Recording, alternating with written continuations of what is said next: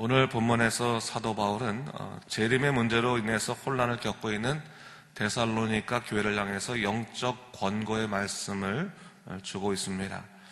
사도 바울이 궁극적으로 이 본문의 말씀을 통해서 이야기하고자 하는 내용이 뭐겠습니까? 우리를 구원하신 예수 그리스도의 은혜를 기억하며 이를 붙들며 살아가라. 결론적으로 이 얘기를 하고 있는 것입니다. 그렇다면 우리가 이 말씀을 좀 더 구체적으로 오늘 본문을 통해서 이해하길 원하는데요. 사실 우리가 신앙생활할 때 영적으로 혼란스러울 때가 있습니다. 또 어떻게 살아가야 될지 모를 때 그럴 때가 있습니다. 그럴 때 우리가 그러한 문제들 앞에서 어떻게 신앙으로 우리가 이러한 현상들, 이러한 고통들을 이겨낼 수 있을까? 사도 바울이 오늘 본문에서 말한 아주 중요한 원칙들을 우리가 좀 생각하길 원합니다. 13절 말씀 제가 한번 읽어보겠습니다. 보세요. 주께서 사랑하시는 형제들아, 우리가 항상 너희에 관하여 마땅히 하나님께 감사할 것은 하나님이 처음부터 너희를 택하사 성령의 거룩하게 하심과 진리를 믿음으로 구원을 받게 하심이니. 당시 데살로니가 교인들은 예수 그리스도의 은혜로 말미암아 기쁨을 갖고 살았습니다. 그러나 그들 가운데 있는 혼란들은 그들의 믿음을 흔들 만큼 큰 일이었습니다. 그럴 때 이 사도 바울이 그들을 향해서 권고하는 그 말씀들을 다시 한번 우리가 잘 살펴보기 원합니다. 사도 바울은 데살로니가 교인들을 향해서 우선적으로 이렇게 말합니다. 주께서 사랑하시는 형제들아, 이렇게 말하고 있어요.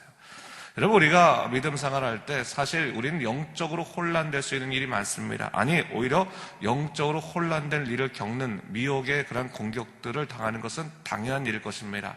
왜냐하면 우리가 하나님 나라 가기까지 우리 수없는 그 고난과 고통들, 또한 시험과 유혹, 그런 여러 가지 영적 방해물 속에서 우리가 하나님을 바라보고 살아가는 것, 이것은 영적 전쟁을 살아가는 우리 믿음의 사람들의 현실이기 때문에 그렇습니다. 그렇다면 그 현실 앞에서 주저앉거나 되돌아가는 것이 마땅한 것인가? 그렇지 않다는 겁니다. 우리 하나님의 사람으로 굳건히 서서 하나님께서 약속하신 그 나라에까지 들어갈까지 우리가 모든 것을 이겨내야 될 터인데, 우선적으로 우리가 절대로 잊지 말아야 될 한 가지 사실, 우리는 누구인가? 하나님께서 사랑하시는 자녀들이다라고 하는 것입니다. 오늘 사도 바울이 바로 그것을 다시 한번 확인해주고 있습니다. 주께서 사랑하는 형제들아 라고 말하고 있습니다. 너희 형제들아, 가만히 너희가 너희 삶을 돌아봐라. 너희가 누구인가? 너희가 누구로부터 사랑을 입었는가를 분명히 기억해라 라고 하는 것입니다. 하나님이 너희를 사랑하셔서 택하셨다라고 하는 것이 오늘 본문의 말씀 아니겠습니까? 여러분, 우리가 상황 속에서 여러 가지 신앙적인 어려움을 느낄 때 다시 한번 우리가 기억해야 할 것은 하나님이 나를 사랑하셨다라고 하는 것입니다. 그 사랑하심으로 우리에게 감사하는 삶을 살게 하시는데, 분명한 감사함의 제목을 오늘 본문에서는 세 가지로 이야기하고 있습니다. 첫 번째는 뭡니까? 하나님이 처음부터 너희를 택하셨다라고 하는 겁니다. 하나님이 처음부터 나를 택하셨다고 하는 겁니다. 하나님께서 원래 계획하실 때부터, 대초로부터 나를 택하심의 계획을 갖고 내게 오셨다라고 하는 것을 이야기하고 있는 겁니다. 어쩌다 보니까 신앙생활하게 되고 또 어쩌다 보니까 여기까지 오게 됐다는 것이 아니라, 하나님이 당신의 계획이 있어서, 섭리가 있어서 나를 처음부터 택하셨다고 하는 사실을 분명히 잊지 말라라고 하는 것입니다. 하나님이 택하셨기 때문에 지금까지 하나님의 인도하심 속에서 살아온 것입니다.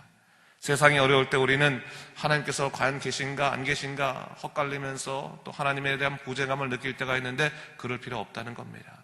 하나님이 너를 택하셨다. 대초로부터, 처음부터 택하셨다라고 얘기하고 있습니다. 그 택하시고 그럼 그대로 방치해 두셨는가? 아니라는 겁니다. 뭐라고 말하고 있습니까? 성령의 거룩하게 하심이 있었다라고 말하고 있습니다. 여기서 말하는 거룩하심은 두 가지입니다. 하나는 성결함이고 두 번째는 구별함입니다. 하나님께서 우리를 택하시되 그냥 택하셔서 아무 데나 놓은 것이 아니라 하나님의 뜻에 맞게 구별하여 놓으셨다는 겁니다. 그래서 그 구별하여서 항상 우리를 바라보시면서 하나님의 뜻에 맞게 성결한 삶을 살아갈 수 있도록 우리를 인도해 가신다라고 하는 것을 얘기하고 있습니다. 그 주권을 누가 갖고 움직이십니까? 성령님이 갖고 움직이신다라고 하는 것입니다.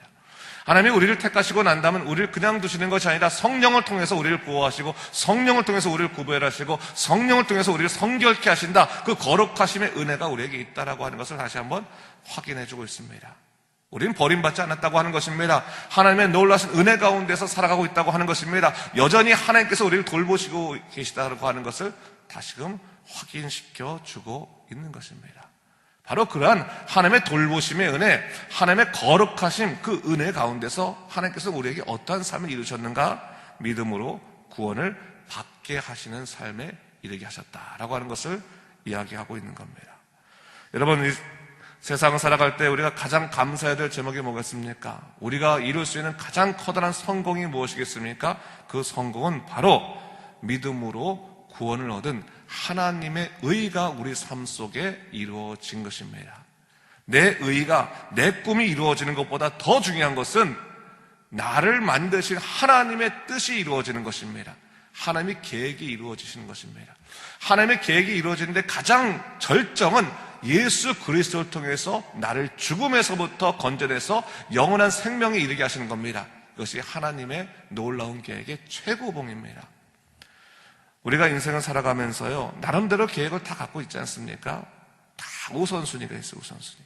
이것만 잘 되면 나는 인생의 여한이 더 이상 없다. 아무것도 아니래도 난 상관없다. 그렇게 생각하지 않습니까? 다른 것 조금 부족하다 할지라도 어떤 사람들은 내 자녀만 잘 되면, 특별히 이민 오면 자녀의 삶이 되게 중요하니까 우리 자녀, 내가 비록 이민 와가지고 고생하고 여태까지 힘들게 살아왔지만 우리 자식이 잘 됐으니 나는 이제 더 이상 여한이 없다. 감사하다. 그러면서 우리 인생의 만족감을 또 누리지 않습니까? 그러나 여러분, 사람의 만족감으로 인생이 완성되는 것은 아닙니다. 인생의 진정한 완성이라고 하는 것은 나를 창조하신 하나님의 뜻이 이루어지는 것이 가장 큰 놀라운 역사일 터인데, 우리 인생에 대한 가장 커다란 완성은 바로 하나님이 나를 구원하시겠다는 그 계획이 이루어지는 것이 가장 큰 놀라운 역사라고 하는 것입니다. 그런 의미에서 여러분, 우리 인생은 하나님이 믿음으로 구원에 이르게 하셨으니 바로 하나님의 뜻이 이루어진 감사할 수밖에 없는 인생이라는 것을 우리가 잊지 말아야 됩니다. 비록 다른 일이 아직까지 부족하다 할지라도 하나님의 뜻이 이루어졌다고 하는 한 가지 사실 때문에 우리가 감사할 수 있다면 우리는 그 한 가지 사실 속에서 다른 부족한 부분들의 문제들을 이겨낼 수 있는 성령의 도우심을 우리 입게 될 것이라는 사실입니다. 바로 그것을 우리가 보자라는 겁니다. 그러면서 오늘 사도 바울이 14절에서 뭐라고 얘기하고 있습니까? 한번 또 제가 읽겠습니다. 보세요. 이를 위하여 우리의 복음으로 너희를 부르사 우리 주 예수 그리스도의 영광을 얻게 하려 하십니다. 사도 바울은 그가 복음을 전함으로 인해서 일어나는 큰 놀라운 역사들에 대해서 다시 한번 감사하며 기쁘게 고백하고 있는 것을 볼 수가 있습니다. 그가 뭐라고 고백하고 있습니까? 우리가 주님의 뜻에 따라서 복음을 너에게 전했는데 하나님께서 그 복음으로 말미암아 너희를 부르셨다. 그리고 주 예수 그리스도의 영광을 얻게 하셨다. 그걸 고백하고 있습니다. 여기서 말하는 주 예수 그리스도의 영광이라고 하는 것은 무엇을 말하는 거냐면 이 세상적인 영광과는 틀린 거죠. 세상적인 영광이라는 것은 세상에 자랑할 수 있는 것이 세상적인 영광 아니겠습니까? 주 예수 그리스도의 영광이라고 하는 것은 바로 예수 그리스도께서 우리 위해서 십자가에 죽으시고 그 죽으신 다음에 사흘 만에 부활하신 그 부활의 놀라운 역사를 말하는 것이 바로 예수 그리스도의 영광입니다. 바로 복음으로 말미암아 우리 삶에 주 예수 그리스도의 영광이 드러났다고 하는 것을 얘기하는 겁니다. 예수님이 나를 위해 죽으시고 또한 부활하신 그 놀라우신 영광의 일들이 우리 인생을 통해서 이루어졌다고 하는 것을 다시 한번 확인해주고 있는 것을 볼 수가 있습니다.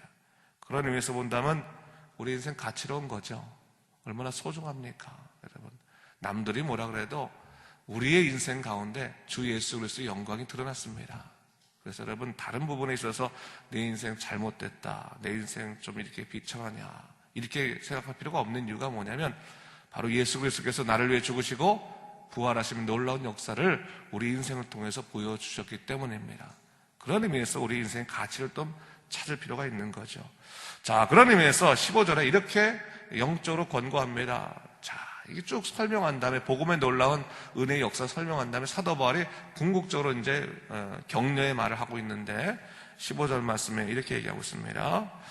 그러므로 형제들아 굳건하게 서서 말로나 우리 편지로 가르침을 받은 전통을 지키라. 사도 바울은 당시 외적으로는 박해와 환난, 내적으로는 성도들 간의 불화와 영적 혼란을 겪고 있는 데살로니가 교인들에게 뭐라고 권고하고 있습니까? 얘들아, 굳건하게 서서 말로나 우리 편지로 가르침을 받은 전통을 지키라. 여기서 말하는 전통이라고 하는 것은 뭐냐면 바로 겁니다. 사도 바울을 통해서 그들 가운데 이제 있게 된 영적인 어떤 전통들을 말하는 겁니다. 그렇다면 오늘날 따지면 뭘 얘기하겠습니까? 어려움이 있을 때 너희가 그토록 하나님께 사랑받은 사람들이고 너희가 그토록 하나님의 은혜 가운데 선 사람들이기 때문에 이제부터는 굳건히 서서 말씀 붙들고 말씀 지키며 살아라. 그렇게 권고하고 있는 겁니다. 예수의 사람들은 하나님의 말씀 붙들고 굳건히 서서 사는 것이 마땅한다고 하는 겁니다. 우리가 어려움이 있을 수 있다. 어려움에 대해서 여러분 너무 이상하게 생각하면 안 돼요. 여러분 예수 믿는 사람들이 어려움 당하면 왜 내가 어려움 당하지? 라고 하는 게 어떻게 내가 이 어려움을 이길 것인가를 바라봐야 되는 것이지 말씀 붙들고 일어나라고 하는 겁니다. 지금까지 하나님께서 우리 삶 속에 드러난 전통, 성경에 보면 하나님께서 어떻게 우리 삶을 이루시는지 그 놀라운 역사가 다 드러나 있지 않습니까? 그 역사 보고 그 전통 보고 붙들고 일어나면 되는 겁니다. 그렇게 살아가라고 지금 굳건하게 권고하고 있는 것을 볼 수가 있습니다. 다른 말로 한다면 복음 안에서 사는 사람들은 하늘의 위로를 경험하며 살아야 되니까 하늘의 메시지를 붙들고 살아라. 그것을 얘기하고 있는 겁니다. 자, 마지막으로 우리가 결론적으로 16절과 17절 말씀을 읽도록 하겠습니다. 함께 읽습니다. 우리 주 예수 그리스도와 우리를 사랑하시고 영원한 위로와 좋은 소망을 은혜로 주신 하나님 우리 아버지께서 너희 마음을 위로하시고 모든 선한 일과 말에 굳건하게 하시기를 원하노라. 말씀 그대로죠. 사도 바울이 지금 데살로니가 교인들 향해서 기도하고 있는데 우선적으로 하나님에 대해서 뭐라고 말하고 있습니까? 영원한 우리를 사랑하시고 영원한 위로와 좋은 소망을 은혜로 주신 분이 바로 하나님이시다 얘기하고 있습니다. 세상 사람들은 잠깐의 위로죠. 그러나 하나님만이 영원한 위로를 주시는 분이시고 좋은 소망을 은혜로 주시는 분이시다. 그 하나님이 너에 함께 하신다는 것을 기억하라 라고 말하는 것이고 바로 그분이 누구예요? 우리의 아버지시다. 그 아버지께서 너희 마음을 위로하시고 모든 선한 일과 말에 굳건하게 하시길 원하노라. 흔들리지 아니하고 하나님께서 너희를 굳건하게 하실 터이니 바로 그것을 위해 살아가도록 하라 라고 하는 것을 이야기하고 있는 것을 볼 수 있습니다. 여러분 우리가 기도할 것이 많이 있어요. 제목이 많이 있습니다. 그러나 우리가 기도할 때 기도도 우선순위가 있는 겁니다. 그 우선순위는 뭡니까? 하나님 찬양, 하나님을 바라보는 기도가 가장 우선순위입니다. 오늘도 하나님께서 나를 인도하여 주시고 우리가 하나님만 바라보게 하셔서 기도하심을 통해서 다시금 하나님의 말씀과 능력으로 힘입어 살아가는 여러분 되시기를 주님의 이름으로 축원합니다. 기도하겠습니다.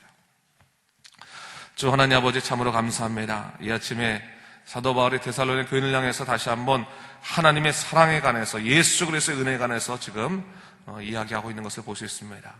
영적으로 흔들릴 때 우리가 어떻게 해서 위로를 받고 어떻게 해서 다시금 힘을 내고 어떻게 해서 바로 설까요? 세상 사람들 바라보면서 힘을 내야 되겠습니까? 아니면 사람들의 위로와 격려로만 힘을 내겠습니까? 말씀을 통해서 이 힘을 내게 도와주시고 하늘 바라보면서 하늘의 위로를 경험할 수 있는 믿음의 삶 되도록 다 인도하여 주시옵소서.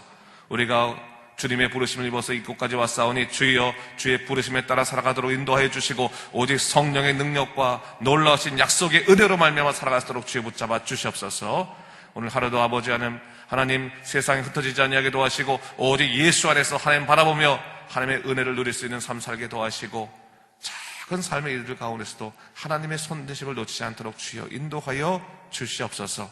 감사드리며 이 모든 말씀 우리 주 예수 그리스도 이름으로 간절히 기도드립니다. 아멘.